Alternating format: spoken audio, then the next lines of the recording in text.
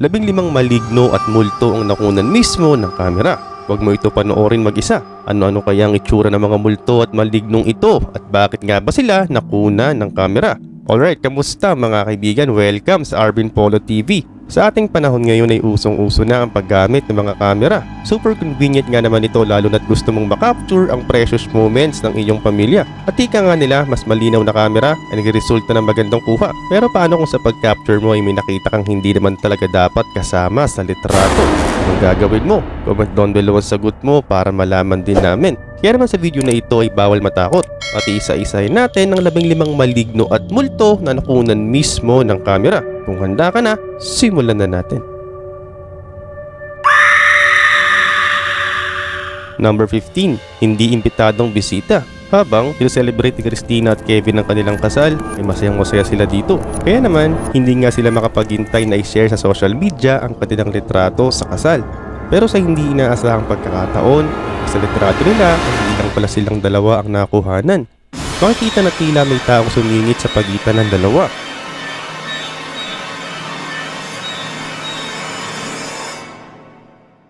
Number 14. Snapchat Spirit. Sa larawan ni si Victoria ay nagiinom kasama ang kanyang kaibigan. Masayang masaya dahil kasama nila ang isa't isa, kaya naman naisipan nila ditong mag-selfie. At sa pag-selfie nga nila ay dito nga nila nakita ang hindi pangkaraniwang imahe ng babae na nakatawa pa. At dito maniwala man kayo sa hindi ay dalawa lang sila noon sa loob ng naturang bar, kaya naman nabalot ng takot ang dalawa. Dahilan para burahin kaagad nila ang nakunang litrato. Number 13. Haunted Hunting.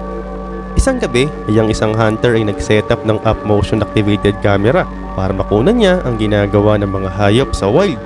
At dito nga sa pagkakataon na ito ay may nakita siyang hindi niya inaasahan. Wala makapagsabi kung anong klaseng nilalang ito, pero para sa mga nakakita ay isa lang ang malinaw. Nakakatakot nga ito. Kaya naman, huwag kang magtatangkang pumunta sa masukol na lugar nang nag-iisa ka lang. Number 12. Tao sa bintana. Ang batang ito ay nagsiselfie sa kanyang kwarto at pagkatapos na mag-selfie ay agaran niya itong pinadala sa kanyang kaibigan. At nang tingnan nga ito at siyasati ng kanyang kaibigan ay natakot ito at yung screenshot niya ang nakita niya at muli niyang pinadala sa kanyang kaibigan. At nang tingnan niya nga ito ay nakita niya ang isang tila babaeng naka-close up ang muka sa bintana. Ganoon pa man ay ayon sa pamilya ng bata ay madalas na nga silang merong naririnig na tinig na hindi rin nila mapaliwanag. Number 11. Imaginary Friend. Si Bethany Harvey ay kumuha ng isang Snapchat kasama ang kanyang baby at kapatid. Sa makatuwid ay dapat 3 lang dapat sila, pero makikita na parang 4 sila sa litrato. Kapuna-puna ang tila isang bata na nakasuot ng purple na dress na nakatalokbong ng kumot. At ayon pa kay Bethany ay hindi ito pa pwedeng mangyari dahil 3 lang sila ng mga panahon na yon sa loob ng kwarto. Number 10. Child's Play. Madalas sa mga pamilya ay merong mga family picture. At dito nga, makikita ang isang masayang pamilya. Kabilang ang nanay, tatay, mga anak at isang bata naka-stripes na umiiyak. Pero kung sisiyasatin maigi, ay dito mo makikita ang batang tila kinulong sa aparador ng mahabang panahon at ngayon lang nakalabas. At dahil dito, nang tinanong ang bata kung bakit siya umiiyak, ay isa lang ang sinagot niya. Ayun ay dahil tinatakot siya ng batang multo.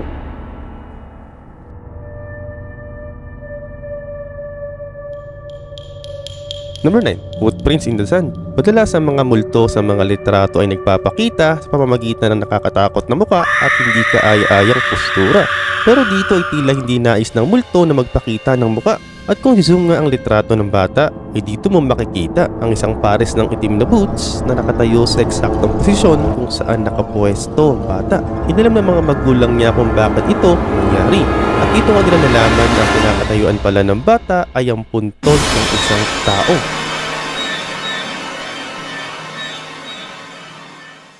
Number 8. You Can't Go Home Again. Ang larawan na ito ay kuha sa bukid ng Herefordshire sa England. At dito nga makikita ang isang tila bata na nakapadyamas. Ganun pa man ang sabi ng mga tao na malapit sa bahay na ito, ay madalas daw itong nagpapakita sa iisang lokasyon. Number 7. Please a Crowd. Ang dalawang babaeng ito ay nakisuyo na kunan sila ng litrato. At patapos nga silang kunan, itinignan nila ang larawan. At dito nga ay kinagulat nila ito sapagkat may nakisama sa kanilang litrato. Number 6. Boys and Girls. Ang kasal na ito ay ginanap noon pang taong 1942 sa Alabama. At sa picture na nga na ito ay dito mo makikita ang isang nilalang na tila lasog-lasog ang katawan. Number 5. Watching Over You. Naranasan mo na ba na pakiramdam mong hindi ka nag-iisa kahit nag-iisa ka lang? Ang weird, no? At dito nga ikinuna ni Casey ng litrato ang kanyang pamangkin. At nang i-check ito ni Casey ay ito ang tumambad sa kanya. Sa bahay nila ay walang salamin o TV para magbigay ng refleksyon sa camera. At dalawa lang din sila ng pamangkin niya sa loob ng isang bahay. At ang pinakita niya ito sa kanilang kamag-anakan ay napag-alaman nila na ito ang kanilang lola na namatay noon pang taong 1990. At nang ito ay kanilang peresiyasat sa mga eksperto, dito rin nila napag-alaman na hindi ito peke o hindi din daw ito ginamitan ng Photoshop. Sa makatuwid ay totoong larawan ito. Number 4. Little Lady of the Lake. Nang si Elizabeth ay nasa ilog kasama ang kanyang asawa na namimingwit ng isda, ay kinunan niya ito ng litrato. At nang tingnan ni Elizabeth ng litratong kuha niya, ay ito ang nakita niya. Isang batang babaeng nakadress at nakabonet ang biglang lumitaw malapit sa kanyang asawa. Nakakatakot, no? At dito nga nila nalaman na ang likod pala nila ay dating sementeryo ng mga bata.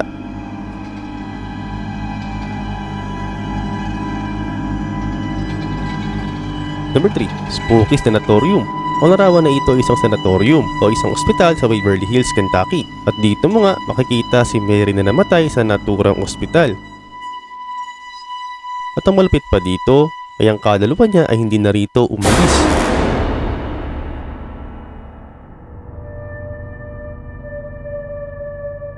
Number 2. Sweet Dreams. Ang nanay ng batang ito ay madalas tine-check ang kanyang anak gabi-gabi bago ito matulog. Hanggang isang araw ay nakita niya ang cellphone ng anak niya na tabi-tabi nito. At nang i-check nga ito ng kanyang nanay ay dito niya nakita ang anak niyang tulog at tila may ibang taong humawak ng cellphone at nakipag-selfie sa anak niya.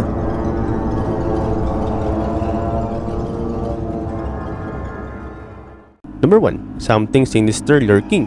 Ang larawan na ito ay kuha sa Rizal High School sa ating bansang Pilipinas. Ang school na ito ay ang pinaka-crowded na eskwelahan sa buong mundo at na-featured pa nga ito sa Guinness Book of World Record. At tila, ito na yata ang pinaka-nakakatakot sa ating listahan. Dito ay makikita ang dalawang babae at sa likod nga nila ay tila merong isang hindi may paliwanag na masamang elemento na aksidenteng naisama sa kanilang larawan.